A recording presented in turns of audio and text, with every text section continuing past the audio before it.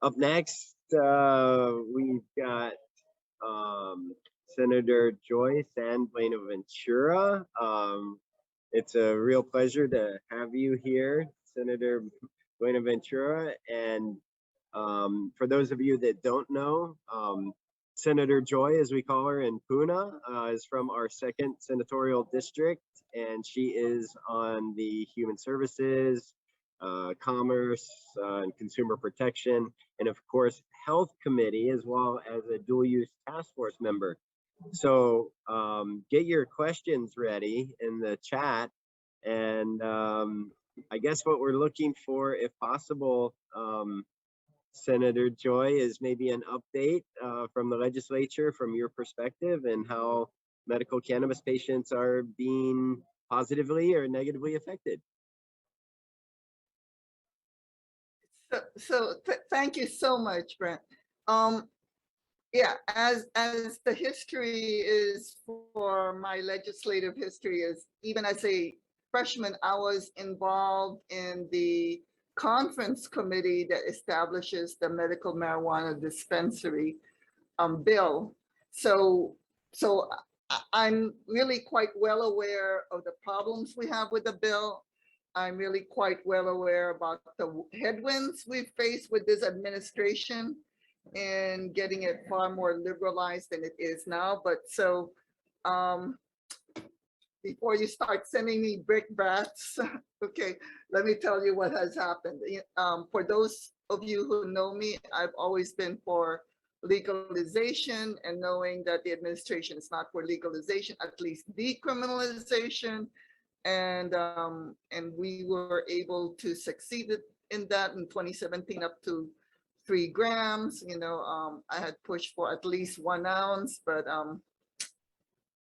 when people say we are a one-party controlled legislature, what they don't realize is that within our party, we continually fight amongst each other as to what bills that we go through. But anyway, what has passed this session? Not much, because we are all very well aware that the more liberal we try to make it, even though there were bills seeking legalization and decriminalization, those were not heard, because we're really well aware that the governor will veto anything more than what has already passed. So baby steps. One of the baby steps that we passed was basically to increase the number of production centers and ahead and actually, if you're not going to allow for legalization, at least increase the licenses. But Department of Health is unwilling to do that at this time. So we've increased with HB 2260, we've increased the production centers to 3. The interesting part about that is, even though we still have a vertical integrated system, if you look at the actual bill, it refers to the medical cannabis dispensary being allowed to subcontract to no more than 3 production centers and up to 2 retail locations.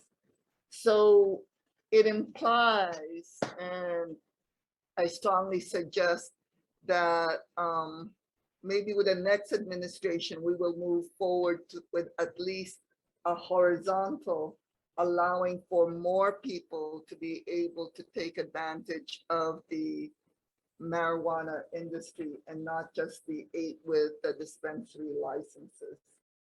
Makes cannabis illegal. So since the air, is controlled by the FAA, which is federal,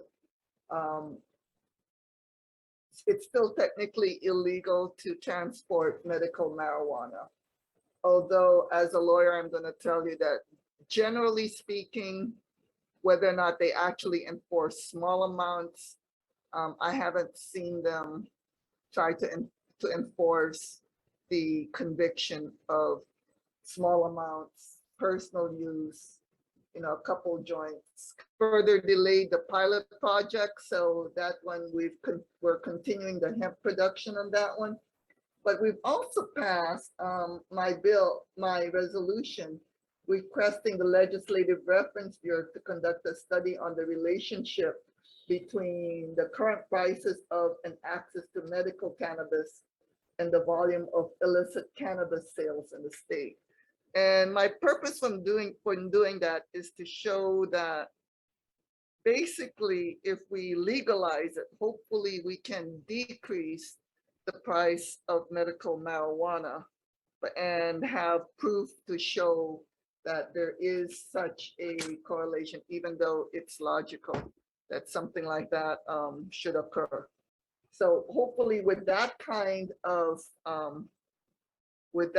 study, we can push towards legalization to show that more patients will be able to access marijuana, and that then by basically legalizing it, then hopefully we can decrease the illicit trade, and this whole reason for bringing in marijuana, and hopefully there will be no such thing as marijuana criminals, right?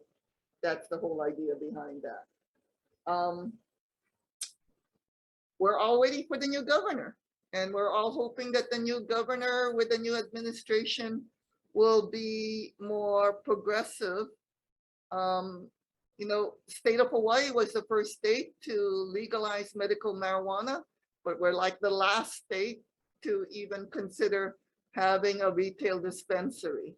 So in one sense, we're progressive, but in a lot of sense, we're really quite conservative. Do you folks have any questions? I mean, really not much happened this legislative session. We're all just waiting for a new governor.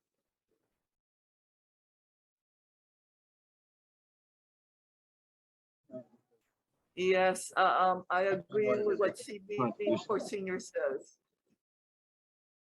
I have some questions. I think, Monica, do you see any questions?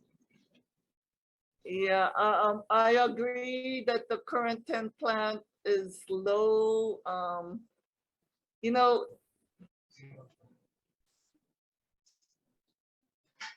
Medical patients, how protected are medical patients in the current system? Basically because of the 10 plant requirement, and the fact that we are preventing, there's going to be a sunset as to whether or not caregivers will be allowed to grow for patients. Excuse me. Sheldon, I'm in a Zoom. I'm sorry about that. But basically, we're not that protected right now. That's why I said we need to look at hopefully a new administration who will be more lenient and more understanding and more empathetic about the needs of our patients and the need for basically affordable medicine, which is not happening right now. How many of the governor candidates are sympathetic? I think you better go ask each one of them. I don't want to say what their platforms are. Yeah. I agree that not all patients can grow. That's the reason why I have always been pushing to allow caregivers to be able to grow for their patients. And that's where we are right now. I mean, basically, hopefully, but at least by the current law, we're forestalling the date as to when caregivers will be prevented from growing for patients. Okay, thank you, Cannabis Nurse Wendy, for saying that. But I believe that is a question that should be asked of all governor candidates, and we really need to press them, not only on legalization, but if not legalization, decriminalization, and what do we do about without without punishing those who want to take advantage of it, yeah?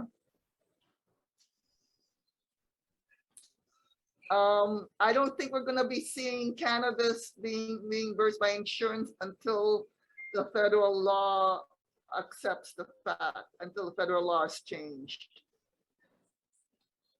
And I agree with William Collins. I have tried descheduling before and have failed. And like I said, I'm waiting for the next administration.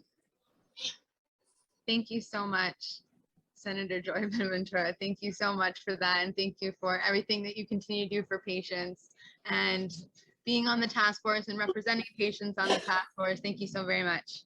Okay, yeah, we're hoping that the task force will at least shed some light as to a path forward for the new governor.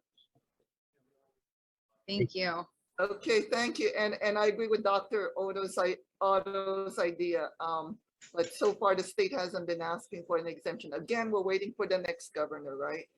Right. Okay, Thank you Thank so you very for- much. thank you for Senator inviting me, Joy. and I wish I had better news. Thank you, Senator. Okay,